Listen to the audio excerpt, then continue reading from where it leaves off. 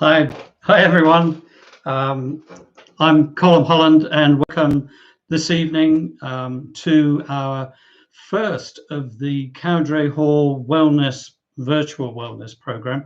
I hasten to say, while we're waiting for people to gather in, I'm guessing people are still working. You actually have to click the play button on the middle of the video. It just doesn't play automatically on the page. I'm going to use this time to thank lots of people who deserve thanking. First of all, I want to thank all of you for joining me. We had over 250 people registering for this session tonight, so looking forward to meeting you all. Normally, of course, we would be at Cowdray Hall. And I just want it for the record, I'm not actually in Cowdray Hall. I'm at home. This is my office. It's not a bad place, though. I'm just out of the window. I can see Glastonbury Tor if I climb to the top of the hill here. So I'm in rural Somerset. I'd love to be at Cowdray Hall, and I'm really hoping that as soon as we've got the virus sorted out, then we'll all be able to meet again. It'd be great to meet you. But thanks for joining me today. While we're still waiting for other people to come in, I want to thank the team at Cowdray, particularly Rachel and Ellie, who organized this and promoted it and have done a fantastic job in getting the word out there. Especially, of course, Marina Cowdray. Thank you, Marina, for your commitment to wellness, and for the many years that you've been hosting wellness sessions at Cowdray Hall itself.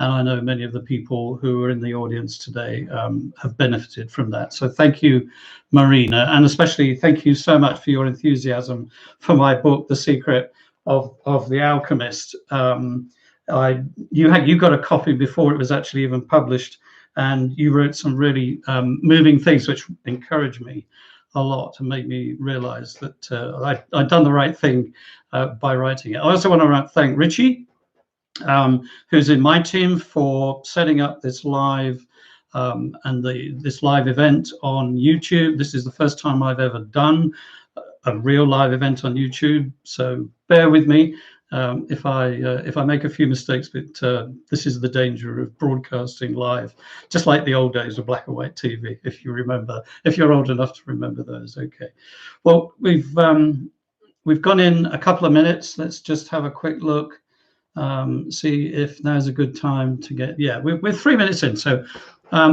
people can join us as they wish. And if your computer crashes or you have to go and look after the kids, don't worry, this is going to be recorded and you'll be able to come back and watch this later. It doesn't matter where you drop off. I particularly also want to thank all my family and friends for supporting me. Hi everybody, you know who you are, and it's great to have you join me tonight. So who am I?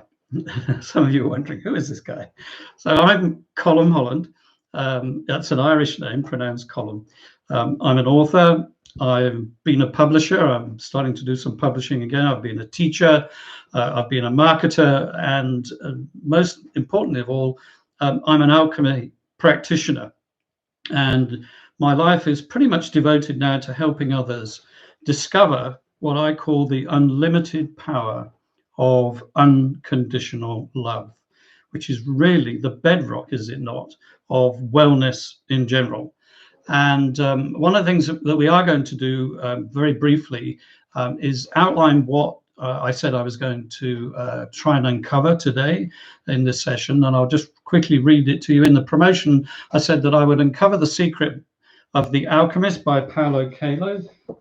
For those of you who've not read this book, there'll be a few of you left in the world, possibly, who have never read it. If you have read it, can you just put something in chat now, like a thumbs up? Yeah, love this book, read it, think it's amazing.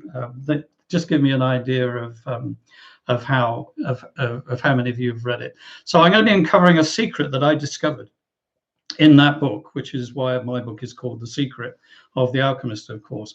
And the reason I'm going to uncover that secret is because it reveals the treasure to what I believe is one of the most important things that any one of us can experience, and that is what I call true empowerment. And true empowerment is the ability to receive, but also to give unconditional love. It's what most of us yearn for. It is the rock bed of wellness and well-being, of mental health, of physical health, in so many ways. So we're going to have a closer look at that. I'm also going to talk about some of the obstacles that we all find throughout our life that prevent us from moving into a place of true empowerment. It doesn't matter sometimes how hard we try, how hard we try and will it, how positively we think, how we try and do the law of attraction and try and bring good things into our lives. Sometimes there are just those emotional feelings and fears and blocks that just stand in the way. Well, one of the things that I amazingly discovered that in The Alchemist is the answer to how those blocks can be removed and how you can actually move forward and overcome that. So we'll be talking about those as well. And then most of all, I am going to talk about how we can all harness unconditional love. I sometimes call it unconditional love. Sometimes I call it unlimited love.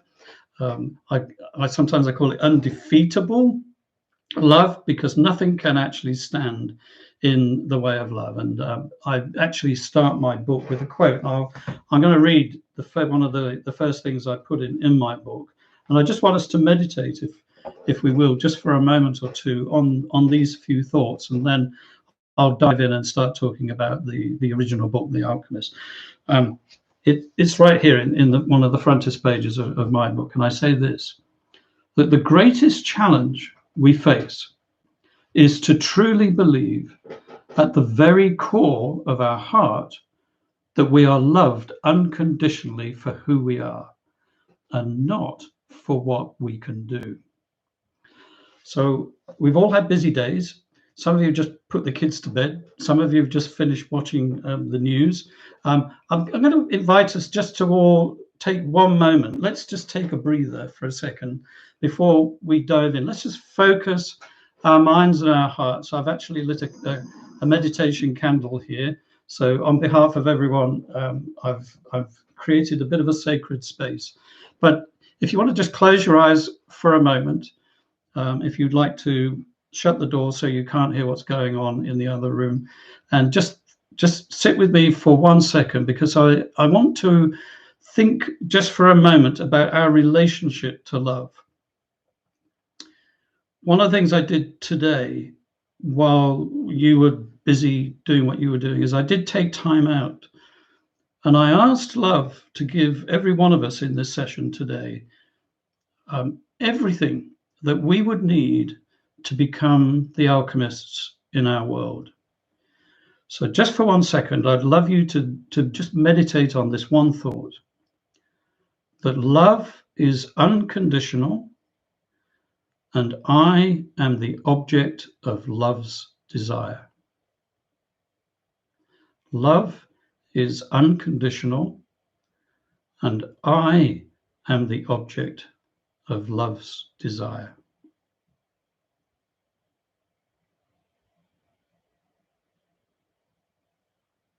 Okay. So let me tell you about The Alchemist. So I haven't just written about this book, and I'm not presenting this book tonight just because I think it's a great book. It's an amazing book. It's sold, according to this edition, I remember this one was printed a few years ago. It says on the front, it just sold 65 million copies. I just did a quick Google, actually, while I was waiting for you all to join me. And there are only 2 other books around right now by a living author that even come close to this one. Of course, is Dan Brown, which you'd probably expect. And the other one is Harry Potter and the Philosopher's Stone. So Dan Brown and J.K. Rowling are the only other 2 books that even come close in total sales. So that's one special thing about it. And by the way, this book belongs to my grandson, who is reading it to me at the moment. He says it's the best book ever written. So forget about The Alchemist. But who am I to argue, really, with an 8-year-old who knows best? So, and he's probably right anyway. The secret of The Alchemist was born out of an experience that I had with the author, Paulo Coelho. So quick story, those of you who know the story, bear with me just for a second. And for those of you who haven't, let me just tell you briefly what The Alchemist is about. So this is not a self-help book. The reason why it's up there with Dan Brown and J.K. Rowling is because it is a fable. It is fiction. It's a story. It's a story of a shepherd boy called Santiago. And Santiago lives in Andalusia in Spain many years ago. And he's a shepherd and he has a dream. And in this dream, a child appears to him and said that if you go to the pyramids in North Africa, you will discover your treasure, your real treasure. And if you don't go, you'll never discover it. And as he's dreaming, he starts to follow the child. But every time he follows the child, he wakes up. He never actually discovers where his treasure lies. Eventually, he meets a guy called Melchizedek, who says, if you really want to know what life's all about and you really want to find your treasure, then you need to do what it says. You need to follow your dream. And so he sells everything. He follows his dream. He gets on a boat. He goes to Algiers and he ends up in North Africa. And he goes through this incredible journey of trials and tribulations. He meets lots of great people along the way. It's a great adventure. And of course, eventually he ends up at the pyramids. And if you don't want to know the end of the story and you've never read it, plug your ears now because I'm going to spoil it for you. So yeah, plug your ears. He doesn't find the treasure at the pyramids, of course. He is told, and if you read the story, you'll discover how, that the treasure actually lies back in Andalusia in a deserted church where he fell asleep under the sycamore tree. That's where the treasure is buried. Now, this story landed on my desk back in 1993, 28 odd years ago, when I was a publisher for HarperCollins Publishers in Sydney, Australia. And it was, I can remember it as if it was yesterday, to coin the phrase. It was late on a Friday afternoon. The post guy came in and he dumped a pile of manuscripts on my desk, literally, and said, you know, here's your weekend homework, Colm. And I said, oh, thanks very much. And it was in the days before email, of course. So we had to wait for everything to come by post. And as I was wading through, there was one particular manuscript that the cover of which caught my eye, and here it is. The Alchemist by this unknown author, Paulo Coelho. Something about that cover, I broke the first rule of publishing is never judge a book by its cover. I love this cover, the shepherd boy, the Arab figure with one eye, the saber sword, the sun and the moon. Something resonated. And I thought, okay, I'm going to break my rule. I'm going to take it home. And Sunday afternoon, I'm sat in my backyard in Sydney, and I pick up this manuscript and I start to read.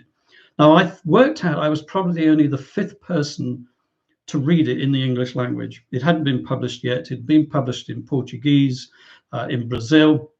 This was the first time it had been translated into another language. And I remember the time almost stood still, and I got to the final page, literally in one sitting. And I just had this knowing, partly because of a journey that I had been on since about the age of 18. And by the way, in 1993, I was 40 something. And so it was as if there was somebody speaking to my very soul in a way that I'd not really experienced from something as a small fable like this before. I was really excited. I got on the phone to my colleague in California, who normally would say to me, okay, Colm, how many copies do you want for Australasia? 200, 300, what are you thinking? And I said, 200,000? I heard him spit his coffee out on the phone, and he said, are you drunk? I said, are you kidding? It's way too early for that. He said, are you serious? I said, this is going to be one of the best-selling books that HarperCollins has ever published, ever. And he said, okay, let me go and talk to the rest of the guys around the world. Let's see what they think as well. And history is really has the story from now on. Probably, even though it says 65 million, we think it's more like, if you count all the Kindle versions and the audiobook versions, it's probably around 100, over 100 million copies. Probably 4 times as many people have read that. He still holds the Guinness Book of Records for the most copies of a single book translated into foreign languages, 74 different foreign languages. So it was certainly a phenomenon. And it's a real gratifying feeling to know that I was one of the first people to sort of see its potential. What I didn't know was the word of my enthusiasm got back to Paulo himself, who of course was a pretty unknown author at the time. And we'd invited him to come to Australia, and he came to Australia, and he was at the Adelaide Writers Festival. And the queue for people to get the book signed went outside the building and round the block. Nobody had ever seen that before, certainly not in Adelaide anyway. And they said this is the best book they'd ever read. So many people were saying, can you sign 4 copies, 5 copies? I mean, people were wanting to give this book away to other people. And Paulo and his wife came back to Sydney on his way back to Brazil, and called in and said that he wanted to take myself and my wife and the publicity director and her partner out for a meal, which was great. I mean, to be frank, most authors don't do that. So we said, well, awesome. This will be interesting. And he said, apparently to my publicity director, and I've got a thank you gift for you both. And I thought, well, it's getting even more exciting. So we had a great evening. We went out in Sydney, and halfway through the evening, he took out of his pocket a small jewelry box and put it in front of my publicity director and said, I really want to give you this because you've looked after us so well, which she did. She does a fantastic job. And she opened it, and there was this dressed diamond ring worth a few $1,000s, I hasten to add. And I thought, wow. And we all clapped, and she was in tears. And that's the kind of guy Paulo is. That's the sort of effect he has on people. And then he looked at me, and he said, Colm, he said, I'm really thrilled to hear of your enthusiasm. And I'm so grateful that actually you're the first person in the publishing house or any real publishing house who has been so enthusiastic. And I heard about that phone call you made to Greg, and I want to thank you. And I've asked God and the universe what I should give you. He said the same to my colleague, and she got a diamond ring. And I'm thinking, gold Rolex. that would be nice. How shallow is that? Isn't that terrible? I'm embarrassed anyway, but it was symbolic, and I'll explain that in a moment. And he said, so God told me that I should spend a day of my time doing my alchemy magic just for you. You've read my book, haven't you? The Pilgrimage. I said, yes, I have. So he said, well, you know that I'm a magician. And I said, yes, very cautiously. I'd never met a magician before, not this kind of magician anyway. And this one wasn't this one wasn't full of tricks. This was the real deal. And he said, so I've called on the universe to give you whatever you want in your life from this moment onwards. The only thing is, you just need to decide what it is that you want. And I'm thinking gold Rolex. And I'm thinking, that's not really the right answer, is it? That's not really what I want. What do I really want? So I remember driving home, and my wife and I were laughing about what happened. And I said, what did you think about what Paulo said? And she said, quite wisely, said, well, it doesn't really matter what I think, does it? It's what you think matters. And I just want to pause there for a moment, because that question that Paulo asked me is probably one of the most important questions that any of us can ask ourselves. And I'm so grateful that he brought that into my consciousness to make me answer that. What is it that we really want in our life? Are we able to fill our life with materialism? Are we able to fill our life with distractions of various descriptions?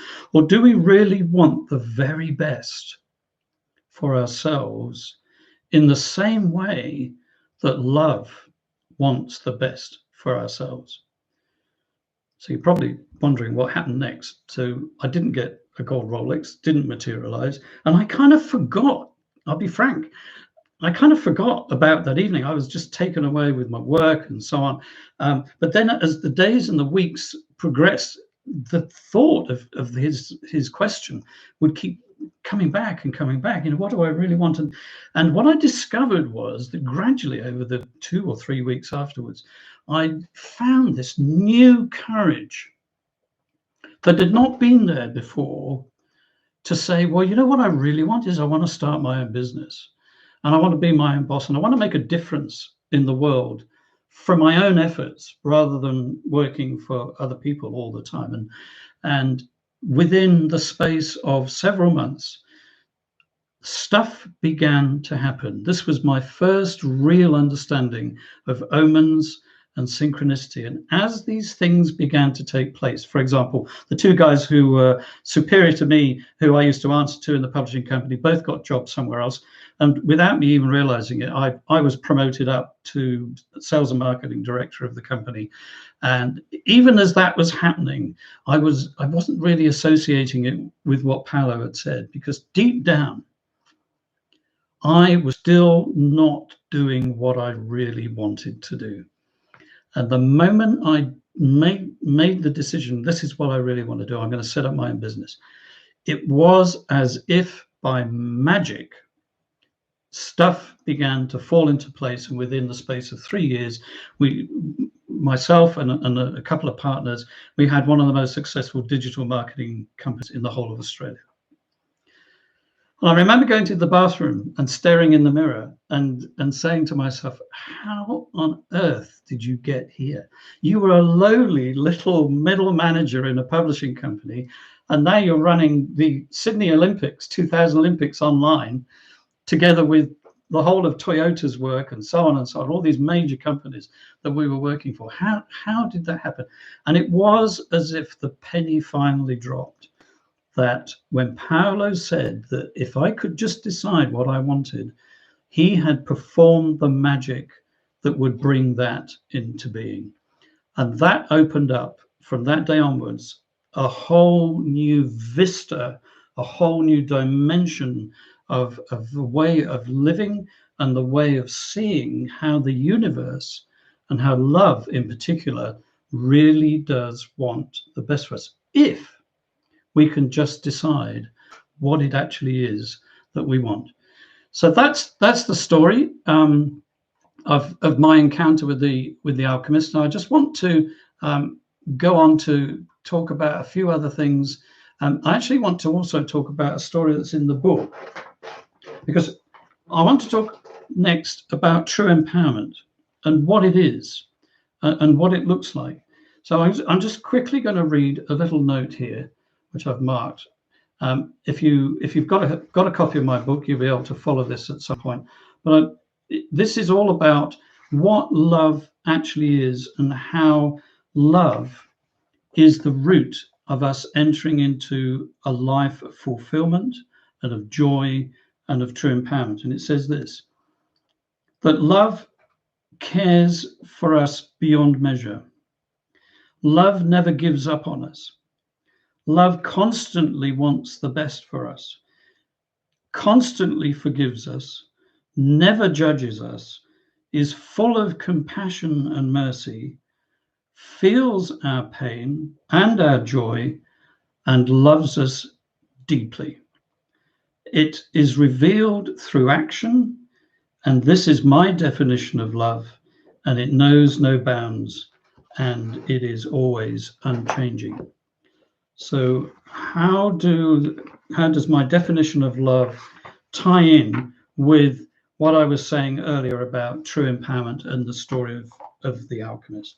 So I came to this conclusion very simply, that I went back to the Alchemist and I began to look at the story, and I said, there's got to be more to this book than just a fable. There has to be something in here that is going to reveal how I can also live a life where I can perform the kind of magic that Paulo performed for me. And I delve in, and there are three things that came pretty obviously to me. And if you've already discovered this for yourself in the Alchemist, then forgive me. But for those of you who haven't read it or haven't really thought about it too much, let me tell you what I found. Three things.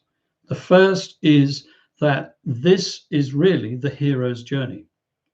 Those of you who know Joseph Campbell, those of you who are fans of Star Wars will know that Joseph Campbell influenced that, and that the hero's journey is one of the what Joseph Campbell calls the monomyths of literature and art. In other words, all cultures, whether ancient or modern, Western, Eastern, all have at the core one common theme running through their mythology, and it's the hero's journey.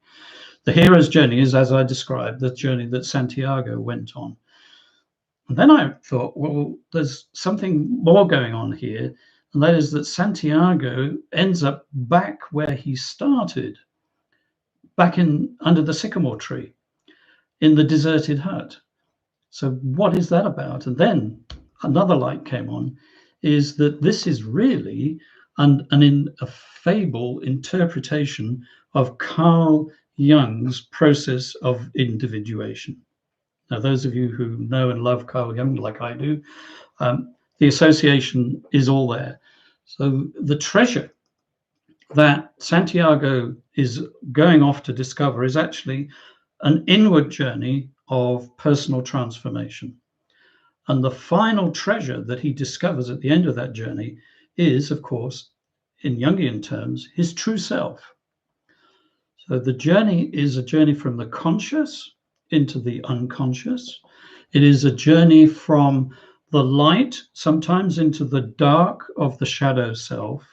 And those are the places where Santiago has to face his fear, and where he discovers more than anything else that the secret of alchemy, which is also a process which I'll mention in a moment, is actually to discover the power of unconditional love. And I'm going to read a piece of that to you before we finish this evening.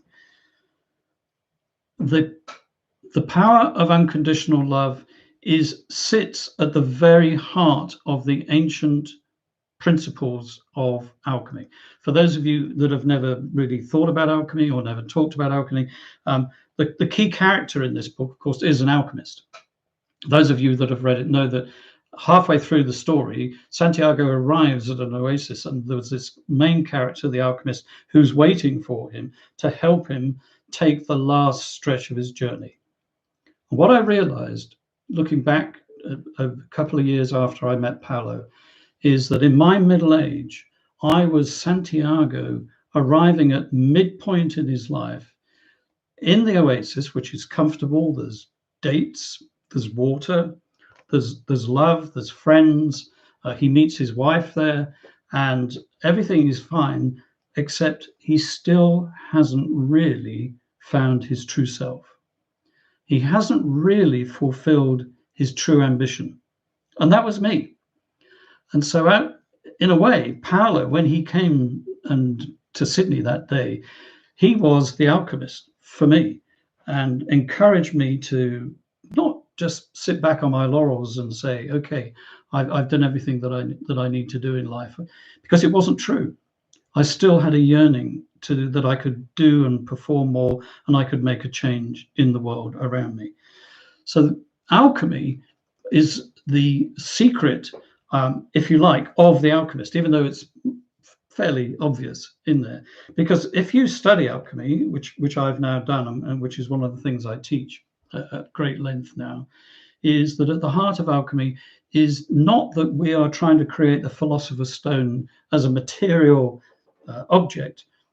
We need to become the philosopher's stone. Those of you who know Jung will know that he discovered that the real work of the alchemist, the great work, was in fact to try and purify and transform, or transmute, as they called it, the lead of their souls into the gold. And when I look back on my life, when I started to read The Alchemist, I thought, yeah, this is what I've been doing for so long. There are 3 stages, and I just want to share this with you quickly because those of you who are interested in finding out more, I can give you a few tips along the way. And so the tip 1 is that don't try personal transformation towards your true self unless you're totally committed to it. And why am I saying that? Well, it's quite obvious. The first stage is called the black phase. And the black phase is where we allow our own ego, our psyche, to be combusted or destroyed or reduced down to its absolute bare elements. And take it from me, and I'm sure there are many of you who can put your hand up and say, yeah, I know exactly what you're talking about, Colm. Some people call it the dark night of the soul. Yes, they do. But in that dark night of the soul, that is the only journey. That is the only route to finding love at the heart of our own soul, and to find the ability for that love to heal those parts that we really despise, that we reject, that we don't want to admit to, that we find shameful. Love doesn't judge those parts, but until we are prepared to face them, it's really hard to allow love, which is what the alchemists call prima materia, and I'll mention a little bit more about that in a second. Allow love to shine a light into the dark shadow of our unconscious. It's painful, and it's painful for a reason, and that's because sitting underneath the pain, there is always a wound of some description. And who wants to reopen wounds? Who wants to revisit those parts? But this is the rub. Those wounds, those painful parts, are the very things that are stopping us from moving forward and onward into true empowerment. If you like, we're robbing ourselves of our own true destiny. We are robbing ourselves of our own personal legend. So the only way out, as somebody said to me the other day, is through, and it's absolutely true. We have to go down into the black phase. And the alchemists used to perform this in their laboratory. So what Carl Jung said is that when the alchemists were doing their laboratory work and trying to reduce lead into gold by heating it and melting it and heating it and getting it down to its core elements, what the alchemist was really doing was turning himself into the philosopher's stone, and that was stage 1. So at the end of stage 1, we're then holding in our own hands, under our own control, the most vulnerable and delicate parts of our existence, of our psyche. And the second stage of alchemy is the white phase. And in the white phase, which they call purification, this is the phase where we need to invite all of the power of prima materia, which the alchemists, that was their name for unconditional love, to heal and to embrace and to fill the void of our vulnerability with love.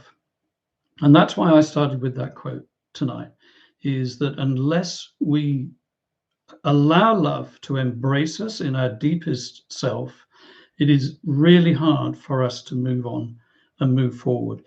So power of unconditional love doesn't start with us trying to love other people unconditionally ourselves. It starts really simply with allowing love to immerse us in the deepest and most vulnerable parts of our psyche. And of course, this is what Carl Jung taught as well, except I'm probably emphasizing the power of unconditional love more than Carl Jung did. So that's the white phase. Lastly, there's the red phase. So black phase, breaking down the psyche into its core elements. The white phase, we identify the most vulnerable parts of ourselves, and we allow love to enable us to love and embrace them. And here's the secret, really, of the alchemist, is that these most vulnerable, most sacred, the parts we most despise, will become our greatest treasure, because this is the heart of our true self. People often say to me, you know, Colm, you're amazing. I don't know how you can stand up in front of people and talk about it and make yourself so vulnerable. And I said, well, that's because I've been here. I've done this. what I discovered when I was going through the black and the white phase in my life is that my mother, who I love dearly, suffered really badly from severe epilepsy.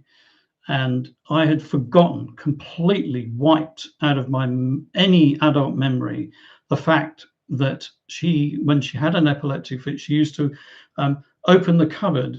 I was about 2 or 3 years old, and she would put me in the cupboard under the stairs and lock the cupboard while she was trying to control herself. And fortunately, eventually it was discovered what her problem was. But and she had medication, and it was solved. But this person who 1 minute adored me would become this tyrant and would blame me for absolutely everything, and physically push me into the cupboard and lock it. And of course, you can imagine my surprise later when I read Harry Potter and discovered that he had a cupboard under the stairs experience as well. Sheer coincidence.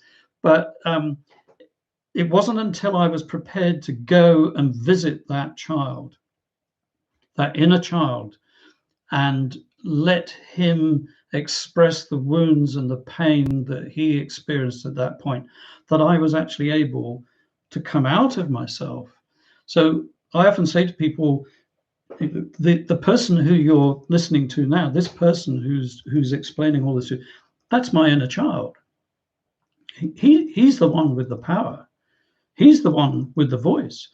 Your inner child is the one who's going to take you forward in power and in love to the place of true empowerment where you want to go. You can't get there without taking that wound and that pain with you. And that's why I love unconditional love, because it has the power to enable us to make that move. So we end up in the red phase, and the red phase is all about allowing our newfound power and the power of unconditional love, which now sits within us, to bring about change in the world around us. And I'm going to go back to Carl Jung, and then I'm going to read you this wonderful bit from the end of The Alchemist, because this illustrates this completely. Carl Jung talked about active imagination. He said and believed that the unconscious part of our mind is the veil that is closest to the power that sits within all of the universe, material and immaterial, body and soul, and that if we can learn to harness the power of the unconscious using the power of unconditional love, which is what I talk about all the time, then we are able to make changes to the world around us, to ourselves first, of course, to the world around us for the better. Call it magic, call it miracles, call it manifestation. It doesn't really matter what name we give it. This is the power that we as individuals hold and can exercise if we are truly committed to do the great work. So those 3 stages, the black, the white, and the red stage, are what the alchemists used to call the great work. And at the end of the great work, when we're in the red phase, the universe will give us the opportunity to exercise that power. And there's this wonderful scene, which I'm going to read to you now, by Paulo, which I know is something that he went through. It's a metaphorical way of describing the exercise that we can all engage in to make a shift in our own consciousness and into the consciousness of the world around us. At the end of the book, the alchemist and Santiago end up being captured by some marauding bandits. The world is full, the desert's full of marauding bandits in this story. And the bandits are going to kill them. And 2 things happen. One is that the alchemist gives them the gold that Santiago had managed to collect along the way. So he's now lost everything all over again. And the alchemist says that this boy, Santiago, he's an alchemist. In fact, he's so good at being an alchemist, he can actually turn himself into the wind. And he can even destroy your camp by becoming the wind. Of course, the bandits say, yeah, right. Okay. Yeah, we got to see this. This is something. This is going to be something else. And of course, Santiago has no idea how to turn himself into the wind and how to destroy the camp. But the alchemist says to him, I am going to invoke on your behalf, just like Paulo did for me back in 1993. I'm going to invoke on your behalf all the power of the universe, which is already within you, so that you can perform this great test. And so the story goes, the first day the boy goes out, stands on the edge of the desert, looks out, and he starts talking to the wind. And he manages to get the wind's agreement to help him. And so the wind blows and blows up the desert sand, and it covers the sun, and he starts to talk to the sun. And he says to the sun, there's only one problem with you and the universe, if I might be so bold to say, is that you don't understand love. You don't really understand the creativity of love, of unconditional love. That's what we humans are here for. That's our place. This is our place. This is our role in life. This is what you and I are here for. This is what we're meant to be doing with our lives. And he tells this great story that as he spoke to the sun said, well, you need to speak to the hand that wrote all. And those of you who know the story will love me as I read this, because only the hand that understands all knew that everything was made by a larger design, and that had moved the universe to a point at which 6 days of the creation had evolved into what the alchemist called the masterwork. And the boy reached through to the soul of the world and saw that it was part of the soul of God. And he saw that the soul of God was his own soul, and that he, a boy, could perform miracles. So that's my encounter with the alchemist, with Paulo Coelho. Thank you for listening. I could go on all night, and I don't want to bore you. There's lots of other things I'm sure you need to get to do, but I hope that's been helpful. I hope that you've gained something out of this. I noticed we've got some questions in the chat.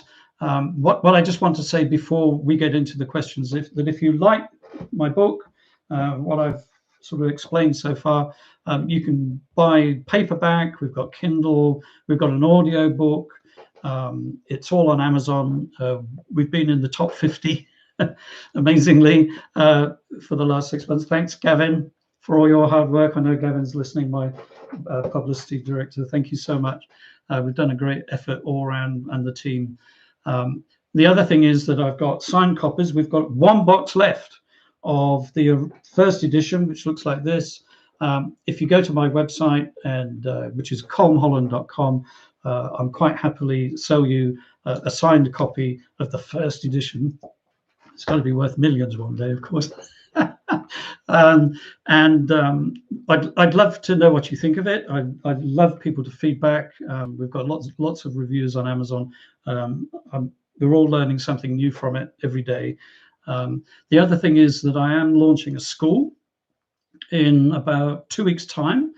And again, if you go to my website and click on contact and leave your details, we'll quite happily send you details about the school. It's pretty much the equivalent of an open university module with 5 sections and 3 or 4 lessons in each section. And I will, it's called the School of Alchemy Transformation. And in that school, I will be giving live webinars. We'll be studying together. I'll be sharing all that I know about Carl Jung and all I know about Paulo and his magic, and how we can enter into that as well. So somebody's saying, if this is so lovely, please don't stop. Well, please don't feel that you're being rude by leaving now. If you want to leave, that's fine. But I'm going to try and answer some of these questions. Somebody here saying, how can we feel unconditional love in this 3D dual plan? Isn't it when we accept that we also love with conditions, as both sides must manifest and exist in this dual world? Yeah, great question. I battle. Thanks, Marie. Marie's asked this question. I've battled with this one a lot. In fact, it was only yesterday. So your question is very time. Only yesterday I was thinking about this in great depth, and my son Richie and I have had long conversations about duality.